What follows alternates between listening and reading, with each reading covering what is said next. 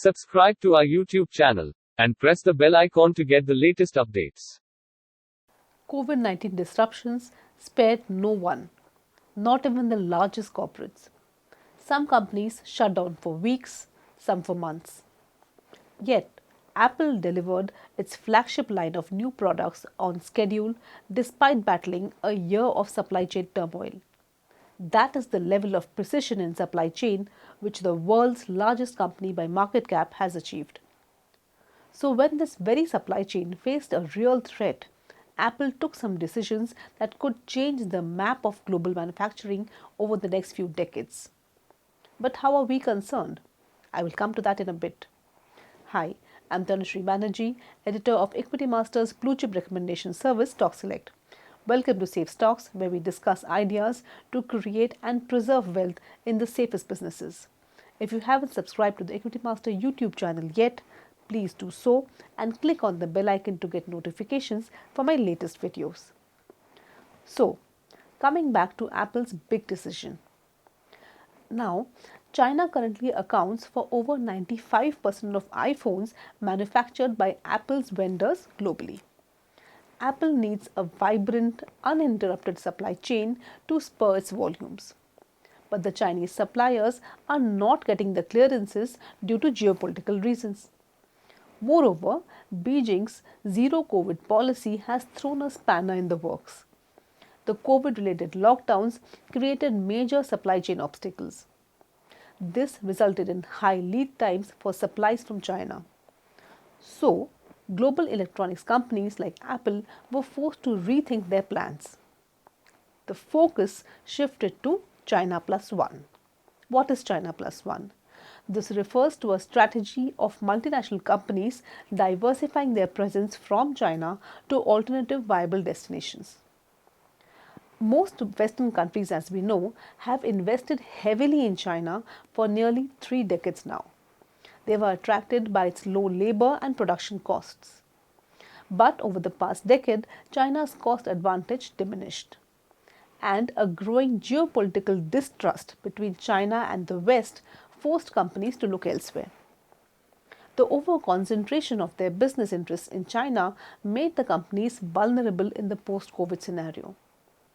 But until 2021, the clear winners of the China Plus One model were Mexico, Taiwan, and Vietnam.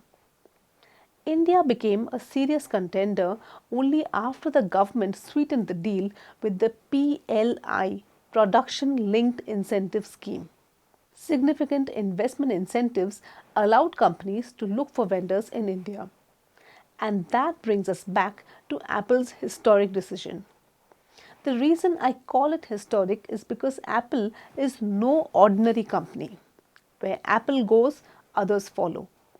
And therefore, a shift in Apple's outsourcing destination could mean a wave of China Plus One transfers getting routed to India. India may account for less than 5% of Apple's revenues today.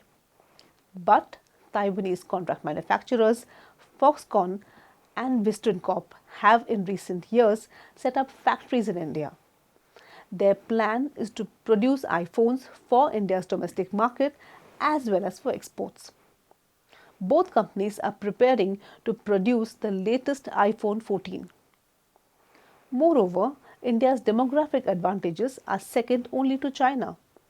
It has the world's second largest smartphone market. Device sales are increasing as more people get online for the first time.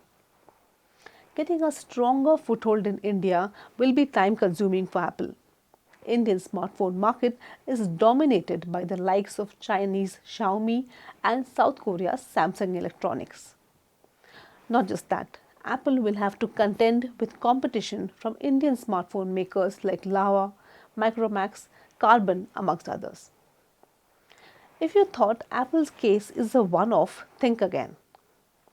Google too has joined the fray. Google plans to produce nothing less than 1 million Pixel smartphones in India. With the Pied Pipers of global smartphone industry heading to India, it's a matter of time before others join the fray. So will only the Taiwanese contract manufacturers benefit from this shift? Well, the companies need to build an entire ecosystem for the smartphone supply chain to flourish. and therefore quite a few Indian vendors will get a significant share of the pie. Dixon Technologies, for instance, has entered into a licensing agreement with Google for Android. I won't be surprised to see a wave of such agreements over the next few months. So, China plus one megatrend could offer important cues for multibaggers in the making for the next few decades. And don't make the mistake of assuming that it is the only technology or electronics where Indian companies will offer China stiff competition. Some sectors have already shown their potential of being able to make India a lucrative manufacturing hub. Apart from electronics, automobiles, textiles, consumer durables, and pharmaceuticals, amongst others, have a clear competitive advantage if they have a base in the country because of large domestic consumption potential. Take the auto sector, for example. When a passenger vehicle company sets up a facility, it brings in a lot of standard quality control and management processes. That definitely ups the capability of the vendor ecosystem. All Tier 2 and Tier 3 manufacturing companies in India are local players getting into the manufacturing of auto components, and they have learned a lot because of such processes. So, whenever a large multinational company wants to set up a facility in India, it should try to build an entire ecosystem that focuses on building capability and skills at Tier 2 and Tier 3 levels as well. As a sector, the auto sector approximately contributes 7.5% to India's GDP and 49% of the manufacturing GDP. The automobile sector has thus played a crucial role in India's growth, and the China plus one megatrend could only accelerate that. Now you may ask, how do you create a watch list of such stocks following the China plus one megatrend? Are you supposed to follow every tiny bit of news and follow each and every company that is potentially set to replace Chinese counterparts in the global supply chain? That's really not feasible. Yes, you may come across a one-off pharma bulk drug producer or textile company or a chemical company that is shifting its sourcing from China to India. But here you must be careful of the regulatory impact, the balance sheet of such companies, and the long-term sustainable advantage. So an easier way to do this is to follow large conglomerates that have the deep pockets, the infrastructure, and the R&D backbone necessary to invest in the China plus one megatrend. Take the Tata Group, for instance. Here's what Tata Sons chairman N. Chandrasekaran said about the group's exposure to China plus one megatrend. And India plus one is going to happen in every industry, he said. I don't want to say an alternative to China, but an India plus. And the push will come. It will happen in materials, it's going to happen in chemicals, it's going to happen in electronics, semiconductors, and batteries. And this is not only for India's needs, but for global needs. There's going to be an alternative play in everything, is what he said. Chandrasekaran went on to speak about how the Tata Group too is exploring these opportunities and is investing heavy in their manufacturing capabilities in these sectors. Be it exposure to EV charging network through the Tata Power, or building a Alibaba-like super app, or using the tech innovations at TCS and Tata Elxsi to digitally integrate the ecosystems of each of its businesses to create the ideal China plus one strategy. The group has done it all to make the megatrend work. Of course, you also have other conglomerates like the Vedanta Group that is betting big on semiconductor manufacturing, taking the lead in China plus one.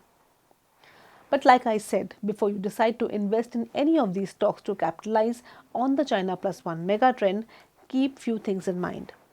The business must inherently have solid long-term strategy. You should be patient to see the strategy play out over several years, possibly decades. The company's cash flows should not be dependent on excessive leverage. And most importantly, the management must have a track record of creating wealth for minority shareholders.